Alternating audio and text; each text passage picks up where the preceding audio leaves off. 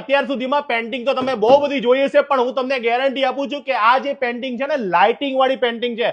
અત્યાર સુધીમાં અમદાવાદમાં બહુ ઓછી જગ્યાએ તમને જોવા મળશે.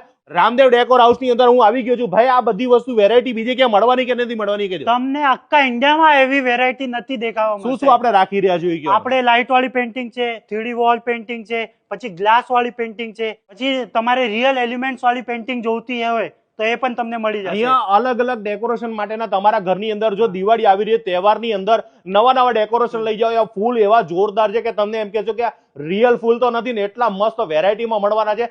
અને આ લોકો જોરદાર ઓફર લઈને, ઓફર શું આપવાના એ કહી દો.